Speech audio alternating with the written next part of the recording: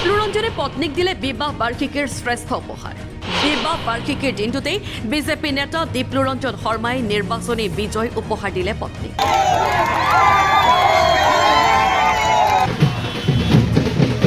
উপনিৰ্বাচনৰ ফলাফলত বিজেপি মিত্ৰজোঁটৰ বৃহৎ জয়।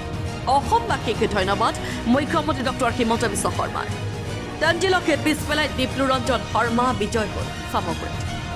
সামগ্ৰীৰ ফলাফল সন্দৰ্ভত মন্তব্য কৰি মুখ্যমন্ত্ৰী ডক্টৰ হিমন্ত বিশ্ব শৰ্মাই কয় যে বিশেষকৈ প্ৰায় 65% সংখ্যালঘু ভোটাৰ থকা সামগ্ৰী সমষ্টিৰ ফলাফল সন্দৰ্ভত আলোকপাত কৰি ক'ব বিচাৰিছোঁ। যিখন আসন 25 বছৰ ধৰি কংগ্ৰেছে দখল কৰি আছিল, সেই কংগ্ৰেছ ৰাজৰ অৱসান ঘটাই আমাৰ ভাৰতীয় জনতা পাৰ্টীয়ে আজি জয়লাভ কৰিলে।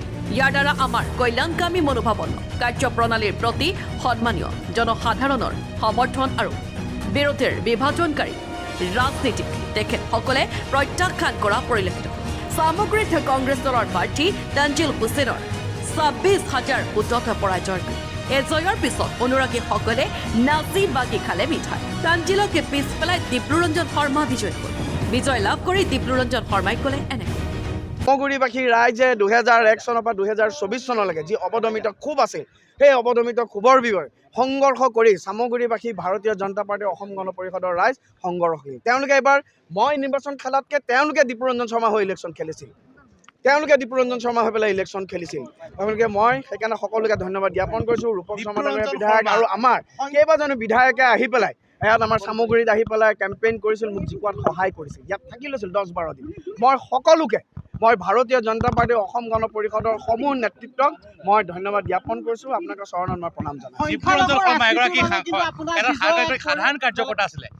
চাইকেল ল'লে এটা সময়ত আপুনি প্ৰতিটো ঠাইত আপুনি বিজেপি সংগঠন কৰিছিল। আমি দেখিছিলোঁ 2012-13 চনত যেতিয়া কংগ্ৰেছৰ ভৰপক ৰাজনীতি আছিলে আৰু তাৰ পৰা আজি সামগুৰিৰ বিধায়ক হ'ল, যি সামগুৰিত আপুনি মই এটা কথাই কওঁ, বাজপেয়ীজীৰ এটা কবিতা, না হাৰ মে না জিত মে কিঞ্চিত নাহি ভয়ভীত মে কৰ্তব্য পথ পৰ যো মিলা ये भी सही वो भी सही। বিজেপিয়ে যদি কয় যে বুথ সভাপতি হ'ব লাগে, বুথ সভাপতি হ'ম। ভাৰতীয় জনতা পাৰ্টীয়ে যদি কয় অফিচ ছেক্ৰেটাৰী হ'ব লাগে, অফিচ ছেক্ৰেটাৰী হ'ম। ভাৰতীয় জনতা পাৰ্টীৰ নেতৃত্বই কৈছে যে নিৰ্বাচন খেলিব লাগে, নিৰ্বাচন খেলিছোঁ। আমি ভাৰতীয় জনতা পাৰ্টীৰ আমি এজন ডেডিকেটেড কাৰ্যকৰ্তা। আমাৰ সপোন কেৱল 10 বছৰ 15 বছৰ নহয়, আগন্তুক 50 বছৰলৈকে অসমত আৰু ভাৰতবৰ্ষত ভাৰতীয় জনতা পাৰ্টী আৰু NDA চৰকাৰ ৰখাটো আমাৰ লক্ষ্য আৰু সপোন আছে। আৰু সেই সপোন সাকাৰ কৰিবৰ কাৰণে আমি সেইমতে সংখ্যালঘু ৰাজনীতিৰ বাবে এক পৰিৱৰ্তন বুলি কৈছে। আপোনাৰ বিজয় কি ক'ব?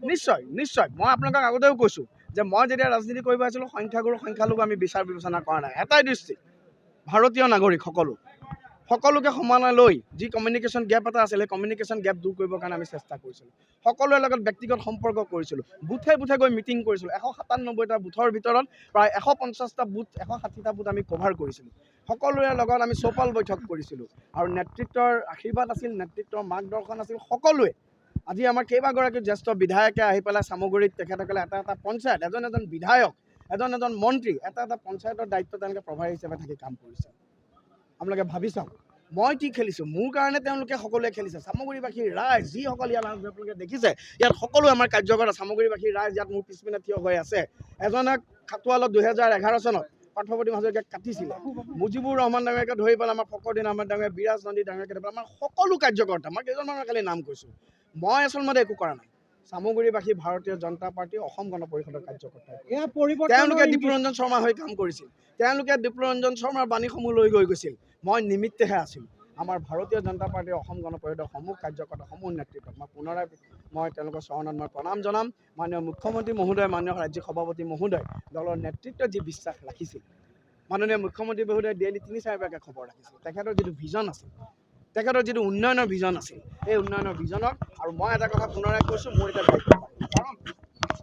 Bureau' report, N24 Assam.